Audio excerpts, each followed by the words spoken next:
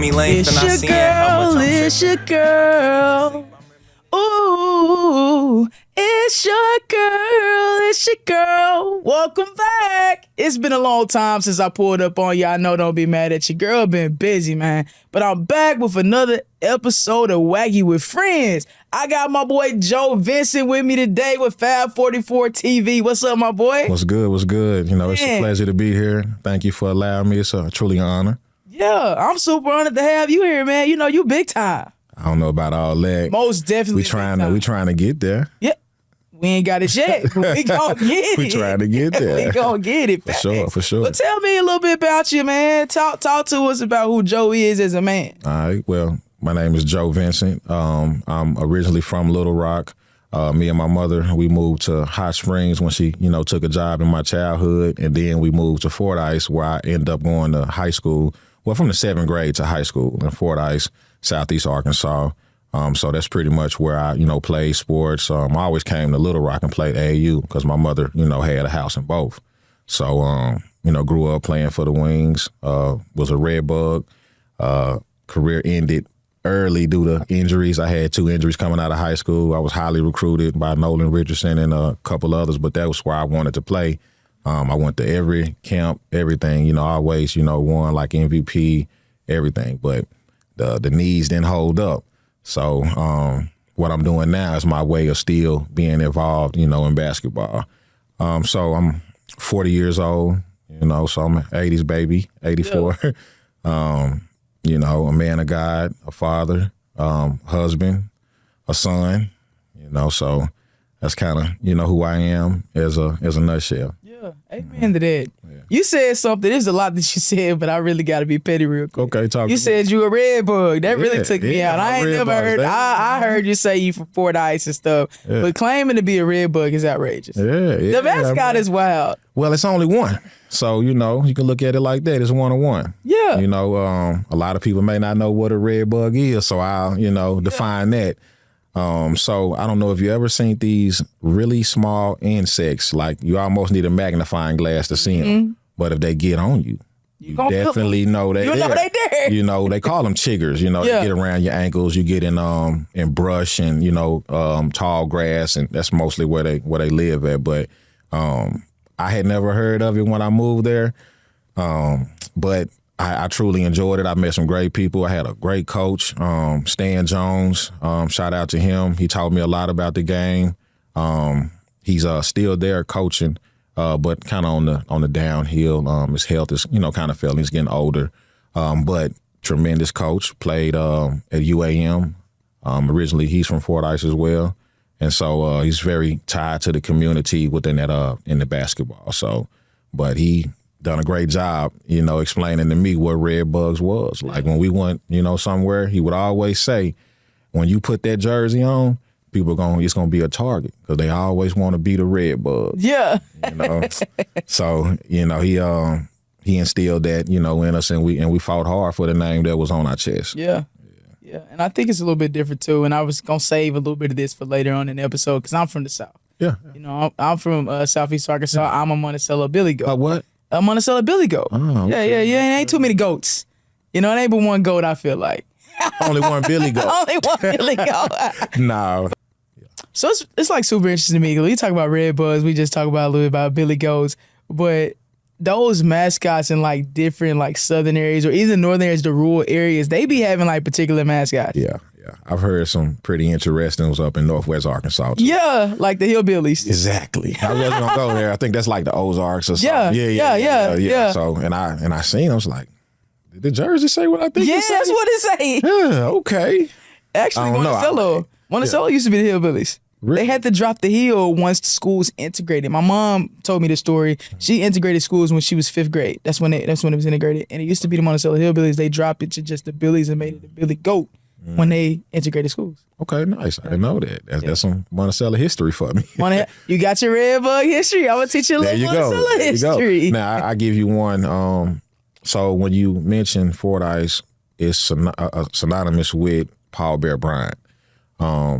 Legendary coach, so most of the time when you hear Fordyce, some guys that's like football guys, they know about Fordyce because of Paul Bear Bryant. and his legacy and history and how he got his name.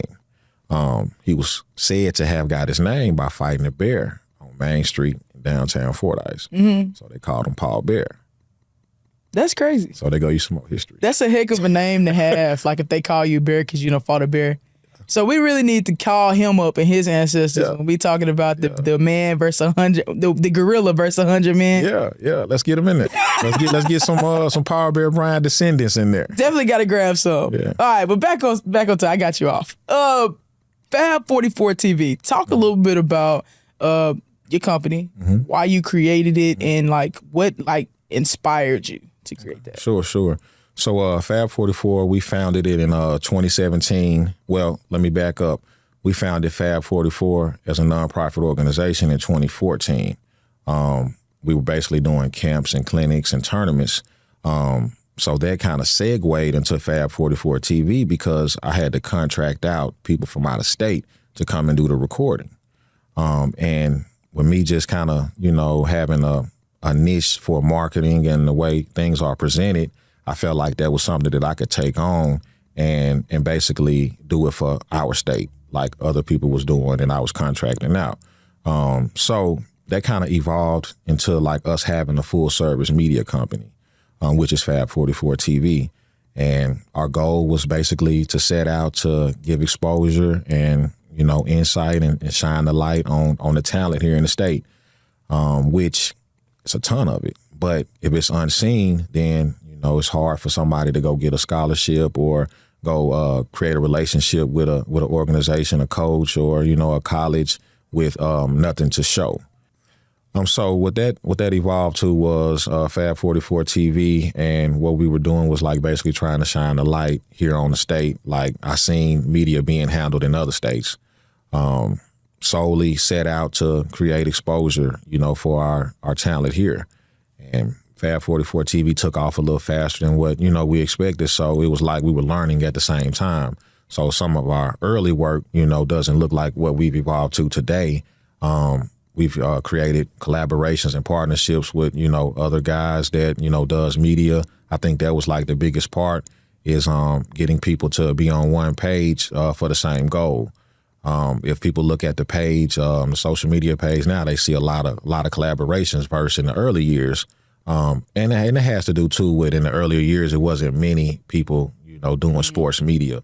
Now you got, younger guys that's in media programs in high school and learning at a tremendous rate. The younger generation learn way faster than we do because they're technology, driven. Everything is based on, technology and what they learn. So that just created, a bigger stage, bigger platform. If both of our platforms, can help, an individual or player to get a better look or to get more looks, then it still works for the common goal of creating exposure and a platform for our talent to showcase, a platform for them to showcase their talent. Yeah. And it was something that you said that was really important to me. If you go back to the time that we were in high school compared to what kids have access to now, they're way far ahead compared to where we were. Absolutely. We didn't have access to a camera for real. No. You know how they take those Chromebook homes now? We didn't have a computer that we were using. It was straight pen and paper and binders. I don't think when we first started, I don't know if the laptops or all of that was more popular, but it was just the desktops. Yeah. We went to the keyboard class to get your Guam speed and all of that stuff. We were just learning how to type, but they're learning everything. They're learning the graphics. They're learning, the camera, everything's, more accessible. And the schools are doing a great job with creating them programs because I guess they see, where more opportunities, are. And media is an untapped market for, us, just being, honest. We don't look at, media as a job, or we don't look at the aspects of media. So, that was one of our goals too, is to teach it as well. So when we, collaborate with somebody who may not have the business side of the experience, but they know how to, work the camera, they know how to edit, so I try to help them and guide them as much as I can to create a brand. Right. It's a revenue stream that can be created at 16, 17 years old. And, you can further your education and, learn it and get a degree and maybe go work for ESPN or something, but it has to start somewhere. So. Absolutely. And even if it's not even in sports, the skills they're learning are they cover a lot of different careers. They can get in any type of media just by learning the basic like editing and stuff. When we talk about this, as you guys can see, I forgot to mention that when I first jumped back on, is that we're back in the studio. I tried myself for a few months to try to do all the editing, all the cutting, and it's really a job. And if you want to have it done to look as professional as we like to look on We Ain't Got It Yet, you really got to have those skills. So when we talk about like the state and schools doing a better job because they had this computer tech thing, computer science thing that they're really pushing in the state of Arkansas because those jobs are growing at an exponential rate compared to the other jobs. So I think it's really great. Like you said, you guys are willing to even teach people and show people how to go about doing this stuff. That's something that I didn't even know you guys were doing until you mentioned that. But that's what we need. Right. So we had a community program through the city of Little Rock where we added a media side to it. It was a summer camp, but we had my good partner LV that was working for Channel 7 at the time. He came in, set up the Channel 7 camera, gave him a microphone, taught him that side of it, and then took him and taught him the back end work. How to edit, how to present it and package it up. So that was just a part of it that I'm just like, it's just so untapped. Why not us? Right. So absolutely. Okay, so you discussed this, like how you guys build these things and you edit. Talk a little bit about like the importance of social media and doing this when you talk about business and sports, recruiting, scouting. How important is it to have businesses like yours? I mean, it's very important. I mean, to have platforms that showcase youth talent. In today's landscape of sports, it's a business. So when having a business, the best thing to do is have a portfolio.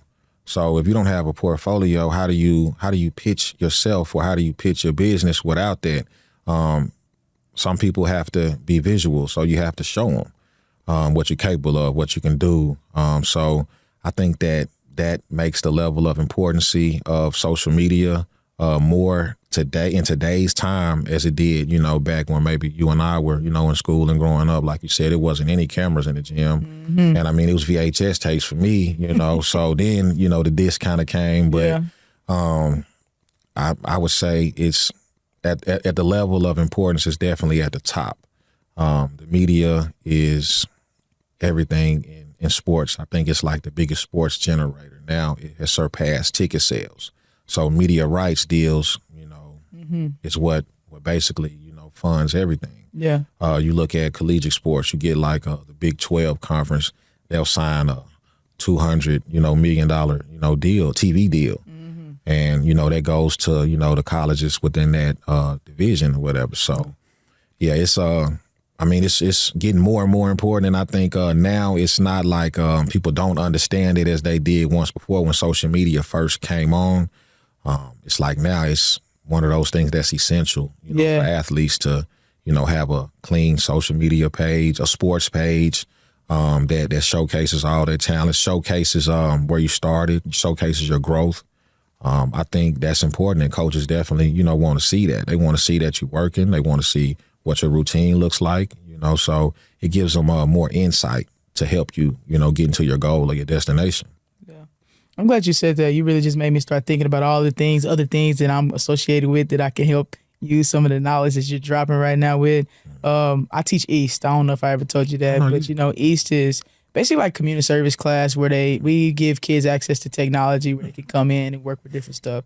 And just what you're saying, learning these basic skills, editing, cutting, all this different stuff, and applying it to all these different things, they could easily be doing that in the sports realm and be advancing their athletic departments on. And kids could be getting all that background career, sports career experience just literally at their high schools. Because like you said, it's essential. If you don't have like a sports media or a social media or something like that that's like pushing your school forward, then you're kind of behind. Absolutely. Yeah. And in today's time, and it's easy to fall behind. Like you said, things happen at an exponential rate now. So you can have a kid that has been working and has a social media platform and everything looks good on the highlights and get a scholarship, but you got a kid over here that may have more talent, but nobody knows. Nobody knows them. Nobody knows. A diamond in the rough. Yeah. So let's get into that. Obviously, Fab44TV does a great job of covering the state of Arkansas, and I predominantly do basketball. Yeah. Do you have any like connections as of right now where you got college coaches calling you, scouts calling you, hey, I saw this kid on your platform, what you know about him? You have any of that yet? Yes, that actually happened in some of the earlier stages. It was a kid from Central. I won't say his name. Yeah, you don't have to drop. Yeah, it was a kid from Central, and he hit us up, and he was like, hey, I got a coach that want to give me a scholarship, but I don't have any film. I know you guys was at some of our games. Do you think you can help me out? Mm-hmm. So he was like, yeah, sure. And for a minute, I had the message screenshot and everything because I kept it to remind me what I was doing it for. I want to, be a servant. I want to help. And why not help the youth, to get to where, their destination is? That's the future. So, but yeah, so we've, to answer your question, yes, we've had that to happen. I'm in close communication with coaches just throughout the journey. I've created a lot of contacts. So yeah, the coaches value, our opinion. They know that we're in the gym. They know that we have relationships with the high school coaches, the players, even the parents. So yeah, it definitely happens. Yeah, which is a major bonus, right? Because if we flash back in the day when we was in school, the gym would be packed, but college coaches are during the season, they doing what they doing. So most of the time they catch you on the AAU circuit. And I used to be a college coach. So you go to the AAU games and you got all these kids right in front of you. And it's hard to, go to Monticello, Arkansas or Fordyce, Arkansas to see a kid if you already don't know that kid really can't play. Right. So it's hard to scout them there. Yeah, it's hard to scout them there. So when you talk about the access that a media company gives kids, it's really important. Because there's a lot of diamonds in the rough. We talk about legends. We had that conversation before. Yeah. The legends that exist. Yeah. Like the guy that you was just naming about the great coach. I didn't even know him. Fordyce is 30 minutes from where I'm from. Yeah. And I've never heard of him. They got a big billboard. Well, they used to. When I lived there, they had a big billboard that said, welcome to the home of Paul Bear Bryant. Yeah. Like they're very proud, of that. And it's been a lot of, other guys that came out of Fordyce that's done very well. Kevin Williams, for one. He played in the NFL for maybe 13 seasons. Mm-hmm. Played for the Vikings, played for the Saints. He played with Randy Moss. He played with some good guys and had a good career. So, yeah. I think I'm glad you said, all those other guys. I started thinking about how social media has completely transformed how people see HBCUs now, just straight off of sports media. Mm-hmm. That just players can play, but they may have not been seen, and HBCUs have those local pathway connections and able to get those guys, and those guys can play at the next level. For sure. The leagues have done a great job with promoting the HBCUs more recently. Mm-hmm. I think they're even having tournaments, specifically for HBCUs. Yeah. They always had football stuff for classic games and all of that, but for basketball, it has evolved definitely. Here in the past, 5 to 10 years or so. Yeah, I think everybody's trying to catch up. They catching on. Do you remember back in the day when they used to have the all-around championships, like overall championships? Overall. Correct me, because that's way before correct it's a little bit before mine as well, yeah. But I remember some of the guys, older guys that I've been around, always talk about it. So they would win your conference and you may have won state, but then you have an overall where a 4A team might play a 6A, so yeah. Imagine what that would be like right now. Well, there'll be some people upset because you got, like you say, down southeast Arkansas, some kids that can really go, and they don't have much access to what kids have here, but they're working harder, they walking, they riding bikes, it's a different upbringing, here. You pretty much got to get in the car to go everywhere. But in the country, you can ride your bike to the gym. Yeah. So you're getting your legs strong, get the workout before you get there. You're jumping higher, running faster. Yeah. So, it's definitely, benefits in both. It just depends on, what type of kid is, what type of athlete, what type of upbringing, what type of parents, who's driving them, pushing them, so it just all depends. There's a lot of variables. Yeah. And as you say that, me and Coop have this conversation all the time about the difference. And I think it's just like we said, like we're talking right now, it's the lack of access and exposure, the resources. I know back home, you can't get in a gym for real.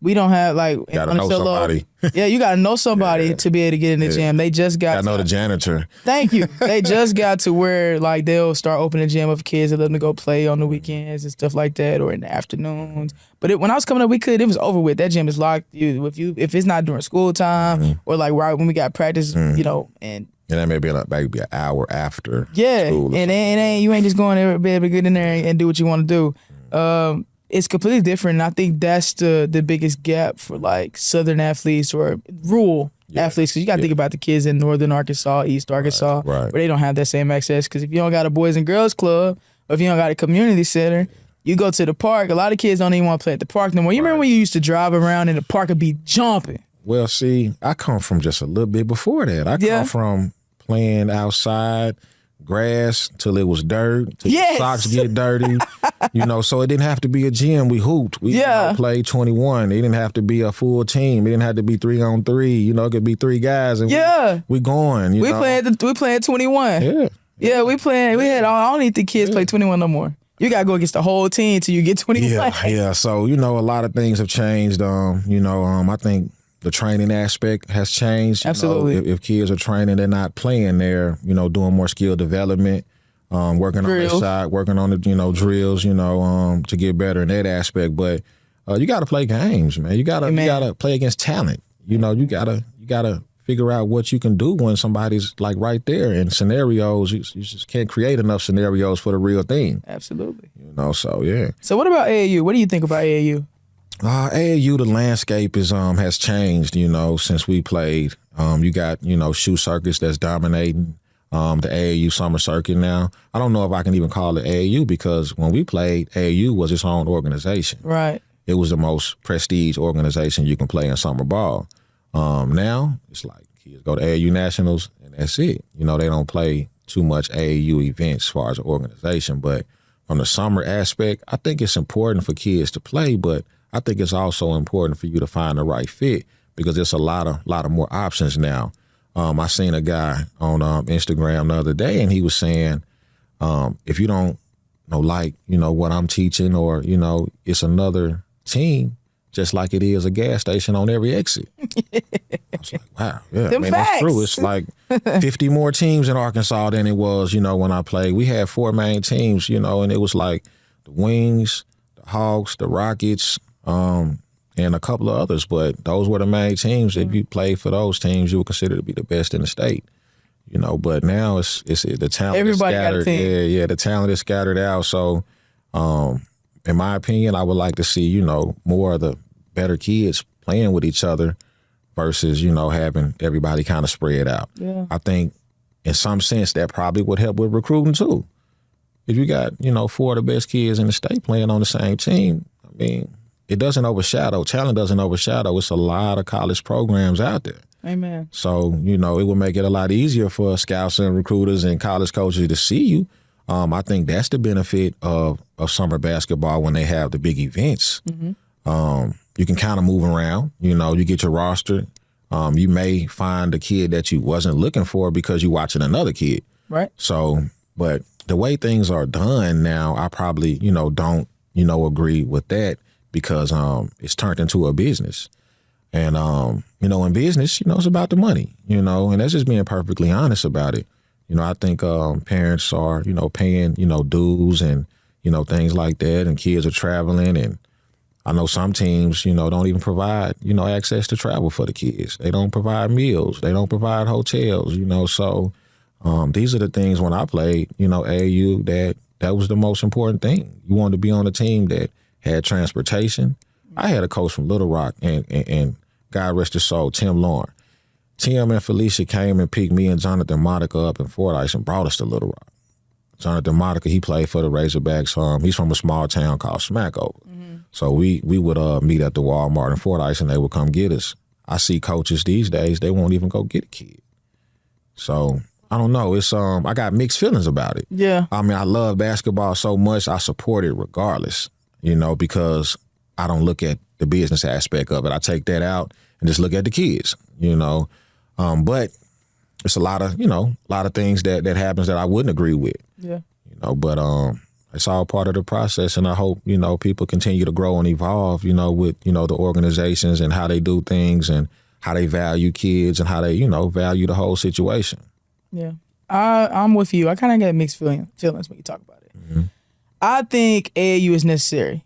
The reps, a lot of kids would, for instance, kids who come to our program, everybody can't play right then and right there, but you need time to develop and work on what we're doing and be able to get live action implementing that stuff. A lot of kids go to the gym and they're working on drills and they go crazy in drills. But when they get actionably in a live game, you can't replicate some of that stuff you're doing because it ain't real. It's cones you working on. Yeah, and it doesn't per se help the IQ of the kid. Yeah. It may help the skill set, but the skill set without the IQ and knowing what to do in the right situation, it doesn't help at all. Some of the stuff isn't practical. Right.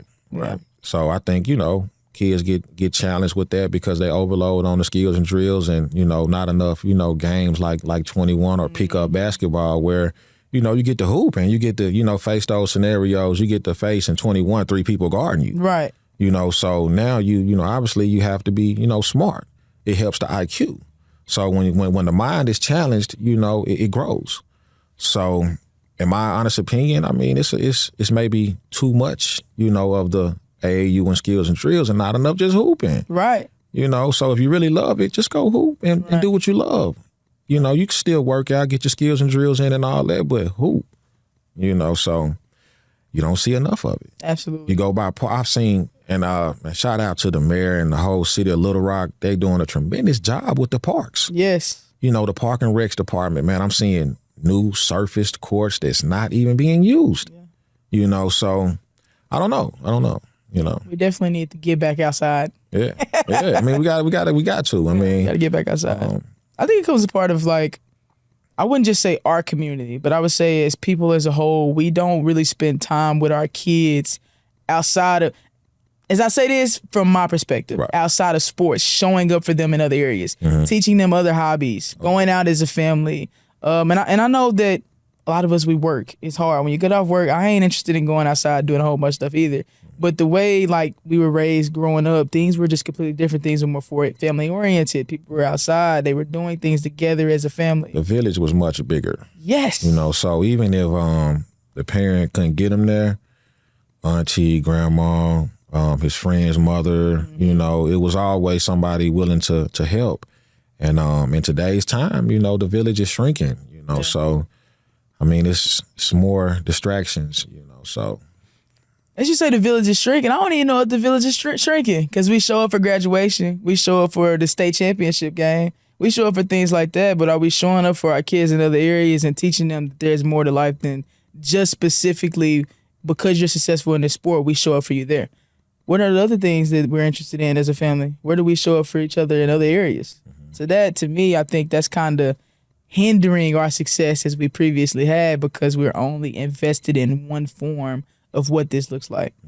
AAU, everybody there. Well, I think, with sports, it's the emotion, it's the history, it's the alumni, it's, bigger than the kid. And when you talk about those other things, that's about nothing else but the kid. And so when you get the village, I follow.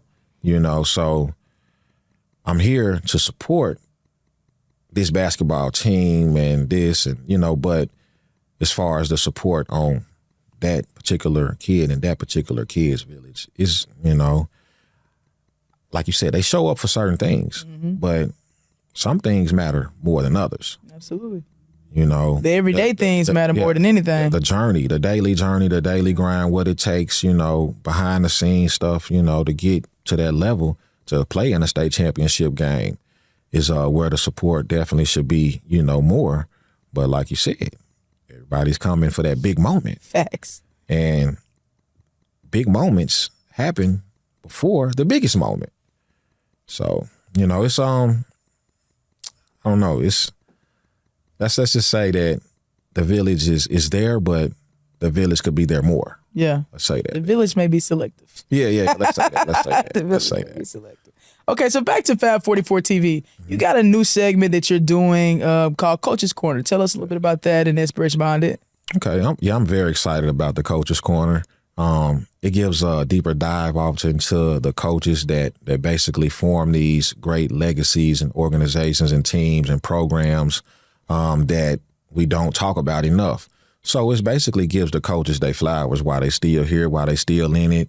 Obviously, some coaches they don't look at that because they're so focused. They're so goal driven in the moment of trying to achieve or chase a championship. The overall goal for them. But I think that in my aspect of the whole scheme of basketball, like the coaches is the most important piece.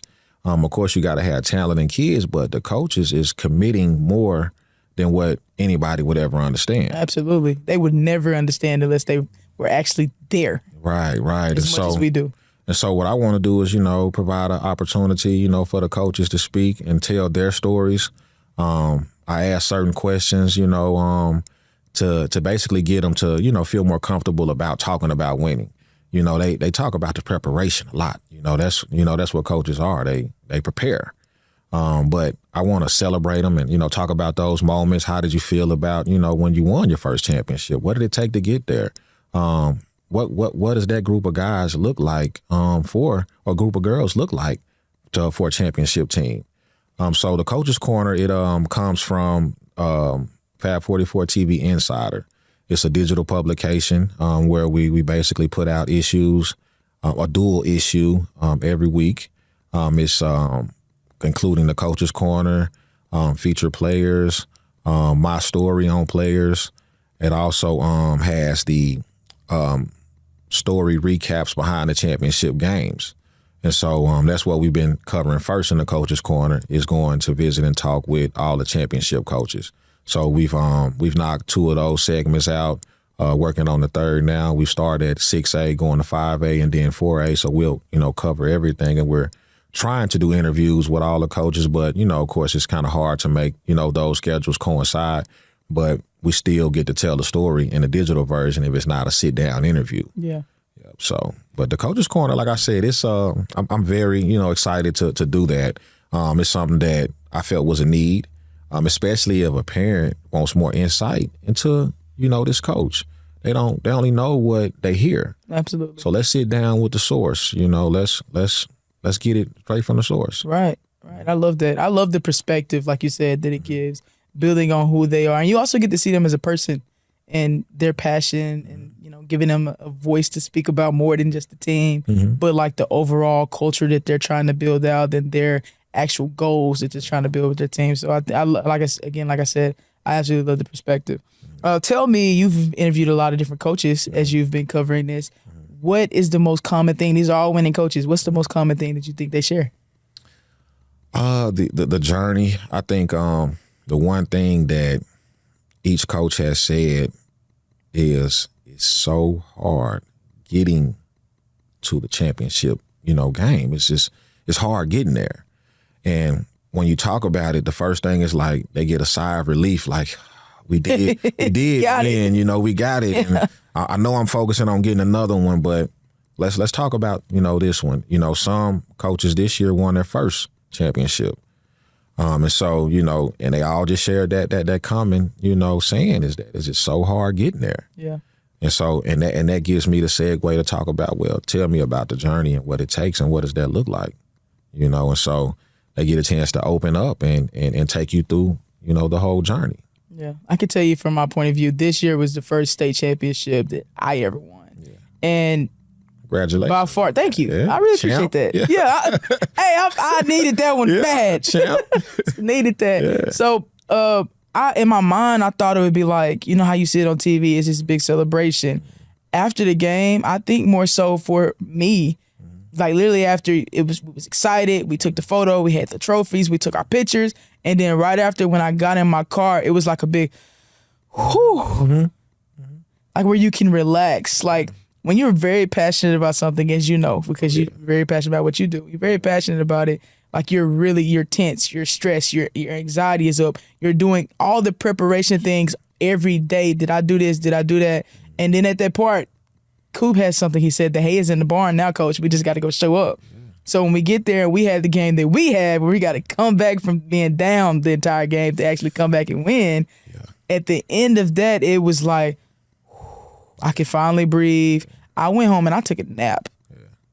I didn't even get to celebrate. I went home and I took a nap. I mean, I seen those moments, you know, where you were really tough on them. Like, because, I mean, you obviously, you know what it takes. And, you know, and I always compare a lot of things to chess.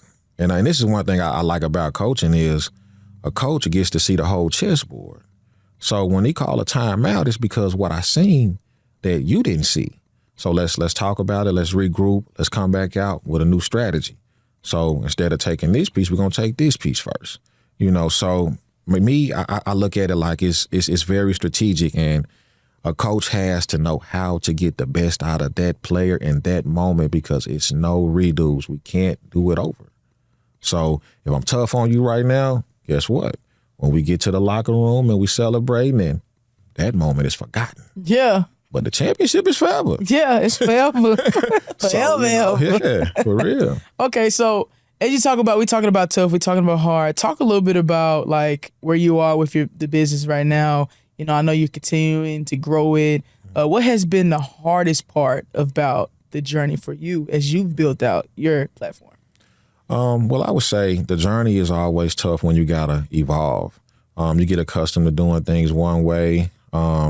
You know, it's easy to, you know, get comfortable, and, you know, you get a little success, you know, with things, and you think, okay, this is working.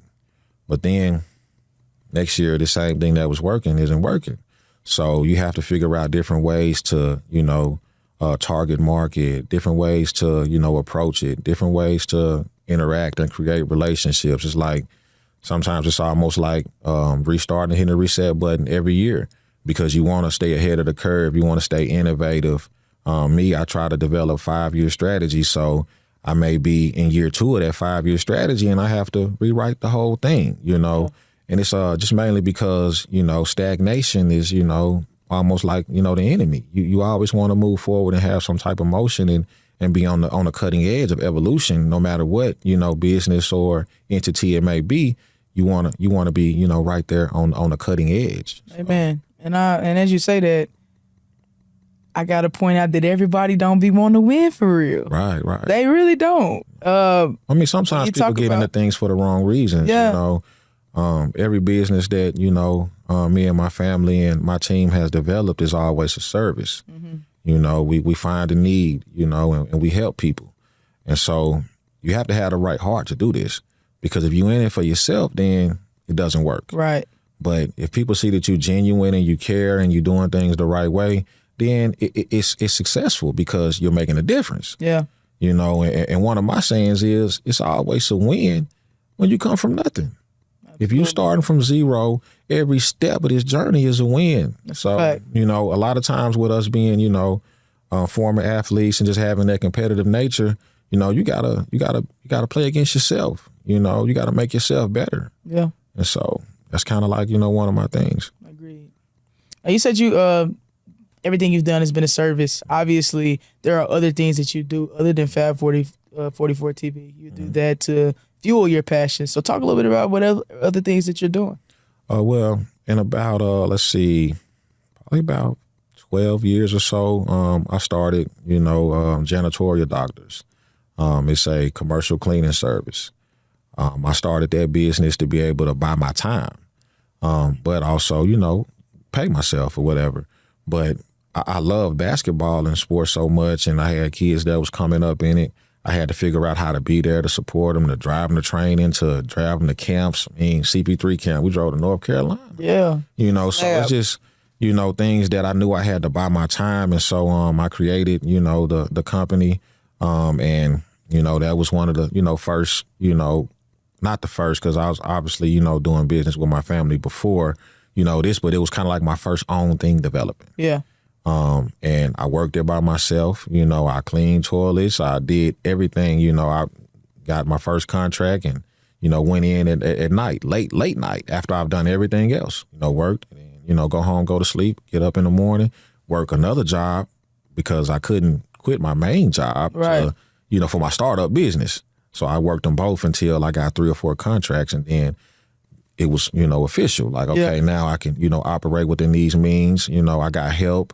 I had great, I had great mentors. Let's say that. I didn't have any knowledge about janitorial, but I knew that it was something that I could be a solopreneur on starting it. So I had a guy that came and helped me. And, man, I tell people a lot about him all the time because he was a genuine person. Well, is a genuine person, still living. So he came in, he helped me, showed me how to set up, showed me how to stock my closet, told me what to buy, everything. Then he came and helped me, clean when I needed help. But and I told him, I could pay you to do this now. I'm getting paid, I'm on contract, I don't mind paying. So I paid him. He never cashed a check. So the accounting was like, hey, can you have him to cash the checks? So I'm like, yeah, I talked to him and he was like, look, bro, I didn't, do it for that. I told you that I wanted to help you. And so, he invested in me with his time, his knowledge. And I've been, feeding my family off of that for 10 years now. Yeah. So that's one thing. Then, I started a professional commercial lawn care service and contracted with the city of Little Rock. So that was huge. I'm, getting in now. So over 30 something properties, on one contract, 10 or so people, working for us. Great business, service industry, people got to have their grass cut. They want, this presented well. We're servicing some of the most pristine parks in Little Rock, the River Market, the amphitheater, these are, huge properties, but I learned so fast. I study, I don't hang out much. So I don't, I'm always trying to figure out how to, make things better and stay afloat, so those are two. We started Rock City Kitchen as a family business, my wife and my mother. Catering, we've, able to support, a lot. We started in the pandemic, so we opened it to basically service essential workers. Our restaurant was located right beside Children's Hospital. Okay. Yeah, so they were at work. We right there by the State Capitol Complex. They were at work, but nobody's really, open. Everybody was closing down, walking away, didn't know how to, handle the pandemic. So we took on that challenge, and that business, grew and took off very well. And so we're still doing that today. But I'm an entrepreneur. I'm not, a lawn care guy. I'm not a restaurant guy. I'm not a janitorial guy. I'm an entrepreneur that, understands that, you can take nothing and develop it into something big.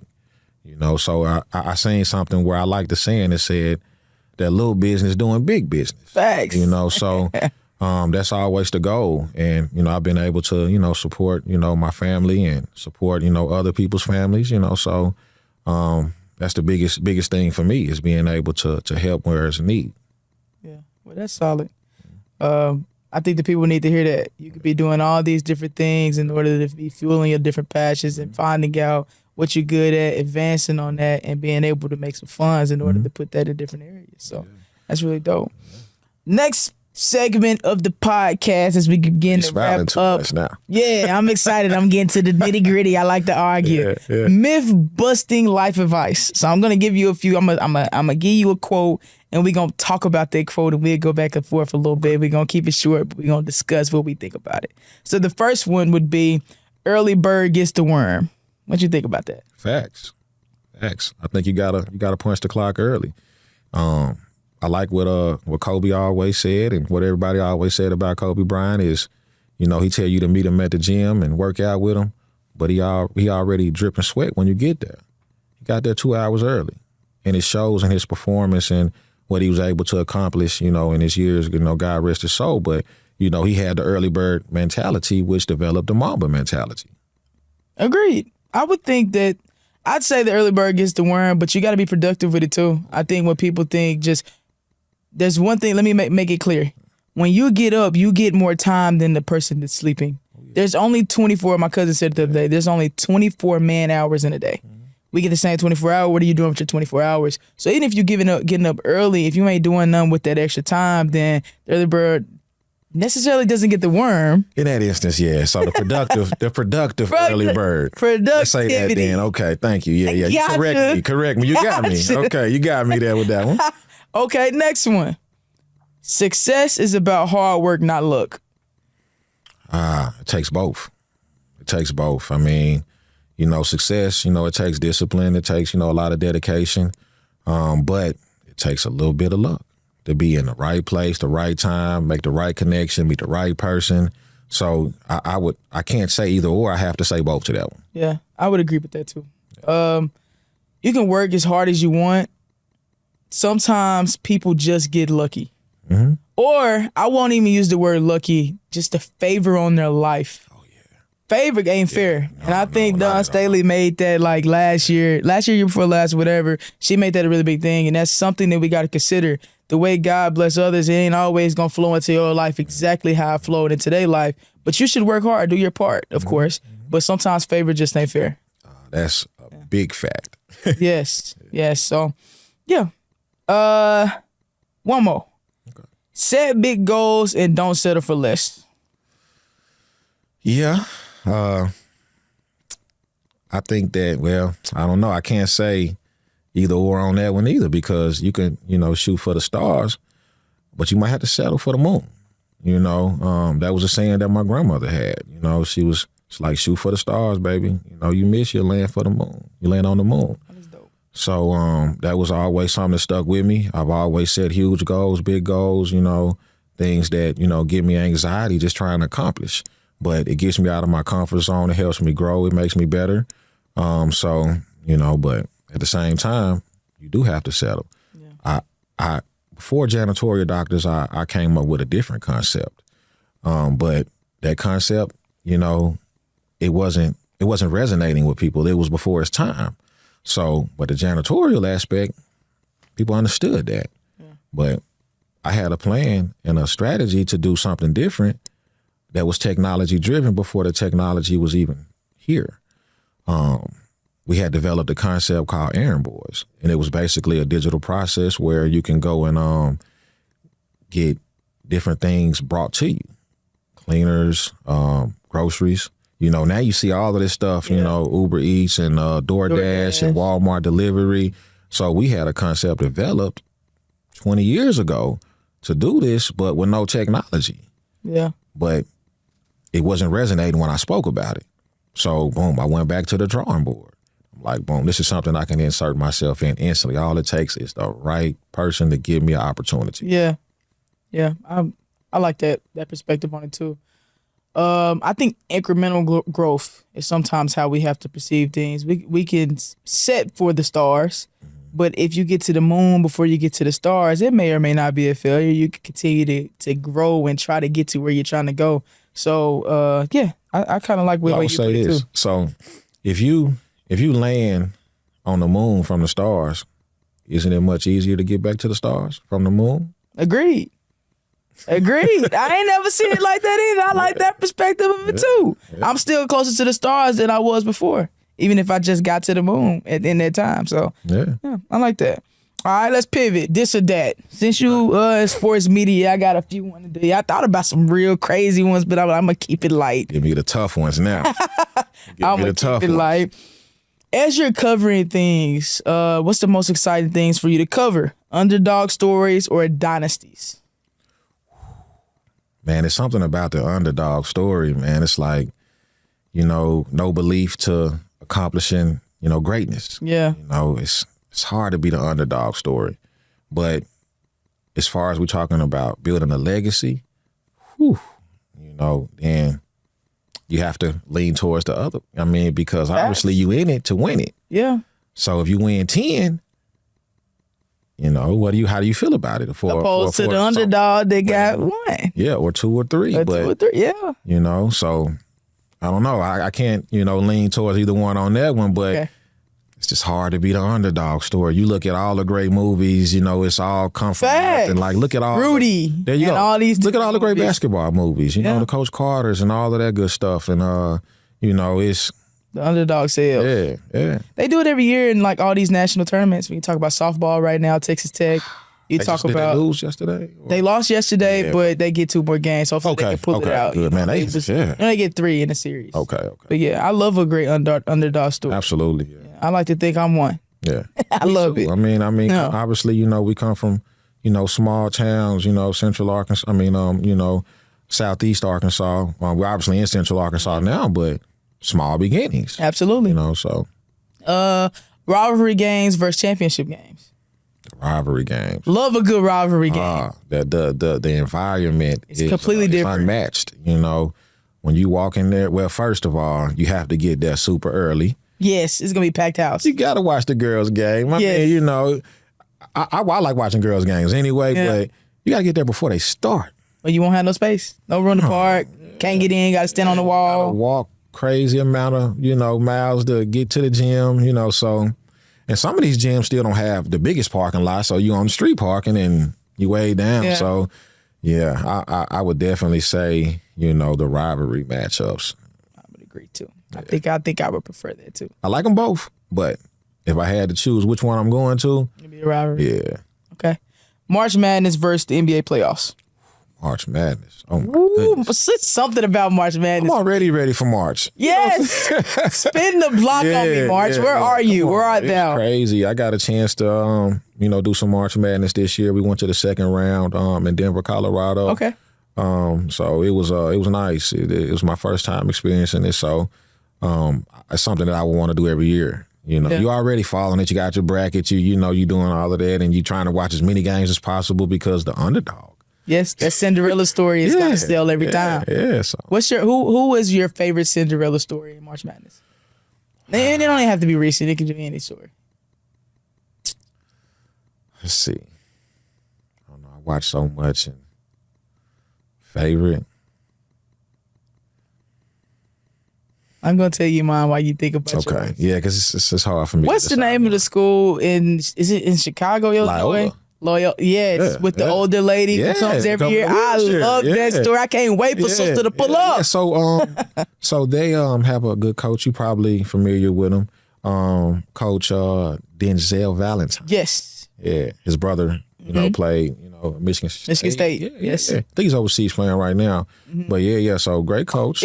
I'm not sure. I think Denzel Valentine may be the brother. Okay, so I can't remember the brother that's Coach Valentine. I can't remember him. Okay, Denzel Valentine was the one at Michigan State. Absolutely. Yes. Yeah. So I love that. And they didn't win the title, but did they win? I don't think they won. They went really deep. They went far. They went really deep, far. And nobody expected them to do what they did. Yeah. I love that era. I think I was like, might have been late high school, early college when that was a big thing. I mean, so if I had to say, just roll with the 40 Minutes of Hell, Nolan Richardson, man. Yes, sir. The SEC with Scotty Thurman, beating Duke and Corliss, those guys, Dillard.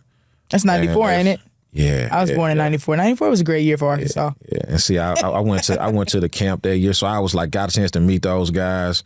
Corliss, I know him, know Scotty, So that probably I would have to say my favorite. Okay. Yeah.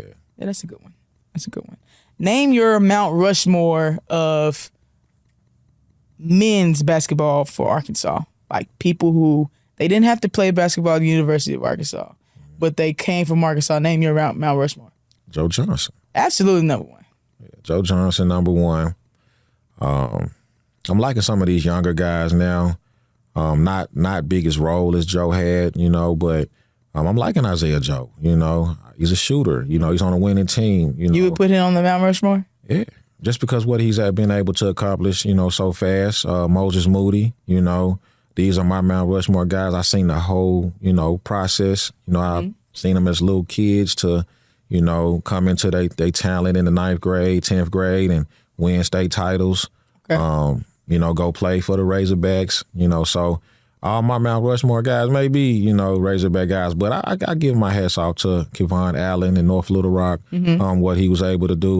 To beat Malik Monk, which is another Mount Rushmore guy for me, even though he was a Kentucky guy. But these are, kind of my, newer generation guys. Yes, I was about to say these new gens. When we say the older guys, then we got to say the Sidney Moncrief. Sidney Moncrief was a guy that my family, always talked about and made sure I knew who he was. So he would definitely be one of my guys as well. Got to put Scotty in there. Scotty got 6. Yeah. Scotty got 6 of them bad boys. Scotty, yeah, you can. Yeah, God forgive me for not saying Scotty. Scotty definitely up there. Let me not forget Derek Fisher. You know, I'm a Lakers guy, so I gotta put Derek up there as well. I hear people say D Fish wasn't. He was good, but he wasn't the main guy. No, it was Montreal Dobbins. Well, no, I'm thinking about Euler. So he wasn't the main guy at Euler at that time. Yeah, it was the big Montreal Dobbins from Hot Springs. So I watched that team when I was young too. But Fisher, his relentless work ethic, you know, obviously, you know, called coach's attention. Being undersized like that, there go your underdog, right? Yep. You go get every ring that Kobe got. You know, you the man next to the man. Same situation as Scotty. So yeah, we definitely got to put those guys in there. But I'm thinking about guys that I actually like covered and, you know, watched and seen the whole complete process. But when we're speaking about Mount Rushmore, we definitely can't leave, you know, the guys that paved the way for these guys. Yeah. I should have been specific. A new gen. Yeah. Old. Yeah, because the list can go on. I got like a list of like 50 guys, you know, from Arkansas that just like go getters. Yeah, they create. I mean, yeah, for sure. Okay, well, we wrapping it up. I'm gonna put you on something that we do here and we ain't got it yet. It's called the Weekly Heat. But before we can give you the Weekly Heat, which is just a piece of advice that you're giving our listeners for the week, before we do the Weekly Heat, we got a little dance to it. Okay. A little dance to it. So I'll go 1, 2, 3. We'll say Weekly Heat. Weekly Heat. Just do it twice. Yeah. There we go. There we go. So you didn't make me use my feet. I'm good dancing sitting down now. You would have told me that. I'd been more confident. Well, we gonna knock it out. 1, 2, 3. Weekly Heat. Weekly Heat. Yeah. Drop us a little bit of knowledge to get us through the remainder of the week. Man, just don't give up. You know, keep going. Remain focused. Remain dedicated. You know, remain disciplined. You know, these things will definitely allow you to achieve your dreams. You know, some things you can't see far off, but, you know, you have a little faith and a little vision. You know, those things will carry you far. So those are like some of the things that I live by on a daily basis. My saying is, you know, discipline and dedication. I call it DXD. You know, that's one of the things that I, you know, try to live by. I try to be disciplined. I try to be on time. I try to be early. I try to do everything, you know, the right way to set myself up for success. And these principles can, you know, translate to life as well as, you know, anyone else. You know, you apply those things and you stay motivated through the process and always keep your head up and, you know, keep going. You know, you're going to have obstacles and hurdles, but it's there for the journey. It's there for a reason. It's there to mold you, you know, and shape you into the champion that you are. Amen to that. Amen to that. Well, I appreciate you, Joe, for pulling up on us. It was a pleasure, man. Thank you for allowing me to do this with you, for sure. Man, I appreciate you be willing to come on, man. We was talking about earlier when we was discussing collaborations, we got to pull up each other, and we ain't got it yet, but we always gonna get it. If you are new to the podcast, like, comment, subscribe, all the things. Catch us next week. Peace. Life has been a struggle. I'm still out here milking. Cause I be damned if I don't get it for my children's children. And that's real.